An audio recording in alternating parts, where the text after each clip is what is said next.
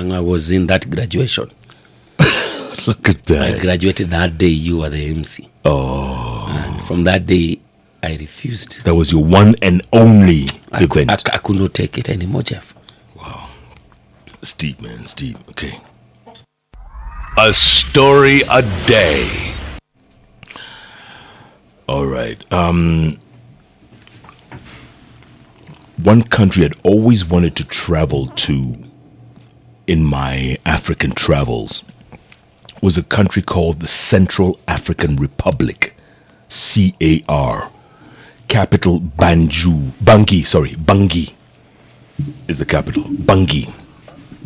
And I'll tell you the reason why in a moment, but I got a chance because former Haitian president, a guy called Jean Aristide, was deposed in Haiti, tried to come back, as you know, many deposed leaders do, but there was so much pressure for him to leave that he had to leave the country eventually, and no country on the planet wanted him, wanted to take him into exile.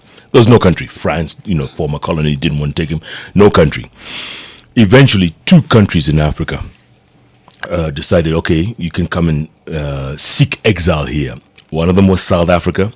The other one was Central African Republic.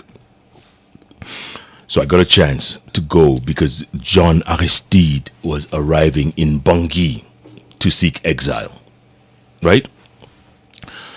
But I'll take you back a little bit. Back in 1804, when Napoleon was at the height of his power, he decided that he was going to make himself an emperor.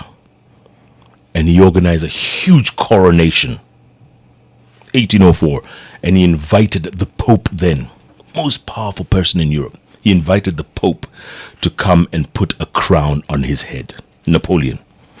And during this lavish ceremony, and the Pope was carrying the golden crown, Napoleon snatched the crown and put it on his own head. Can I tell you something about that? Go on. It is under a unit I'm doing at the university now. It's called INS. INS. 313X is a unit. And where all that. You're kidding me. What are you talking? You're kidding me. Swear. All right. The Lutherans and everything. Yeah. Yes. So Napoleon did that back in 1804. Fast forward, 1970s. Yes. There was this dictator in the Central African Republic called Jean Bokassa. Nasty piece of work because in that era there were dictators across Africa, from Nigeria to Ghana to Uganda, you name it, there were dictators, but this one was unique. If people protested, he would literally go out in the streets and beat them to death. Not his forces, he would be there himself because he was a former soldier. Terrible, nasty man. Anyway, one day, in his madness, he decided he was going to change the name of his country to the Central African Empire. Hey. And he was going to make himself the emperor. Change name of country and make himself the emperor. From Central African Republic to Central African Empire. Spent hundreds of millions of dollars in the 70s. Invited dignitaries and heads of state from across the world to come and be witness to this coronation. His cloak, he had a cloak that he had designed that ran for about 150 meters. 150 meters, the cloak itself, the whole coat, all the way down, was being carried by people. He was in a horse-drawn chariot being taken to this coronation. And we're talking about 50-degree heat in the Central African Republic. 50 degrees, it's humid. He has this winter coat that's dragging about 150 meters. You picture that.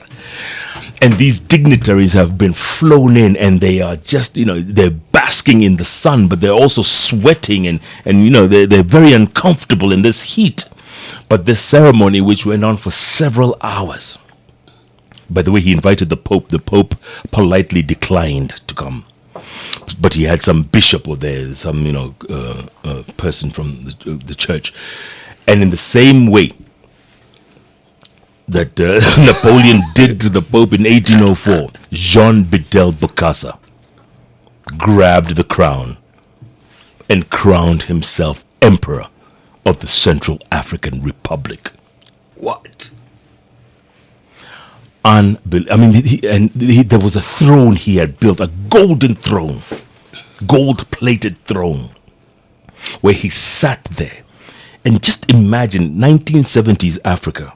There's this guy who thinks, he's just crowned himself emperor, sitting on a golden throne, surrounded by, Europeans and dignitaries from overseas. Number That kind five. Right? Imagine that. So anyway, a few years later, things really got out of hand in Bangui. The people were protesting even more. The rate of unemployment was through the roof. People were protesting. No jobs, no work, no nothing. One day, he decided, you know what? All school uniforms across this country are gonna bear my face on it. Every school uniform will have to have my picture on it, boys and girls. What? Where the minimum wage was less than $1, how do parents now afford to buy uniform? The kids protested. They said, forget it.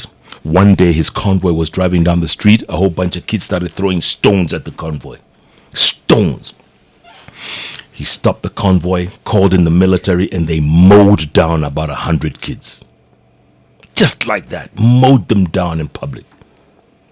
And that was the beginning of the end of Bokassa. After that, protest, he was deposed, he was exiled. He ended up in France, by the way, for many years. About 20 years he ended up in France. And then came back to Bangui later on. In the meantime, he had like 7 wives and about 90 children spread all over the country and the world when he was in exile. So when he came back, he tried to, get back into society, and they wouldn't let him, and he died a very poor, miserable man. Jean Bedel Bokassa. So now when I landed in Bangui and we did the whole Aristide story, we had a couple of days left, and I said, you know what, I remember this story from back in the 70s. I wonder if he still has family members here. So I inquired around, and I found out there's a son he had that was still living there. Went up to his place and we interviewed him, and he looked just like his dad, although he was mixed race. He looked just like his dad. And he said, listen, you want to see some of the things from the 70s, some of the memorabilia? I said, yeah, I'd love to. He said, like the throne. The throne is still here. And he took me to some abandoned warehouse. And in that warehouse was this dusty, dilapidated looking throne. All the gold ornaments had been, had withered away, had rusted away.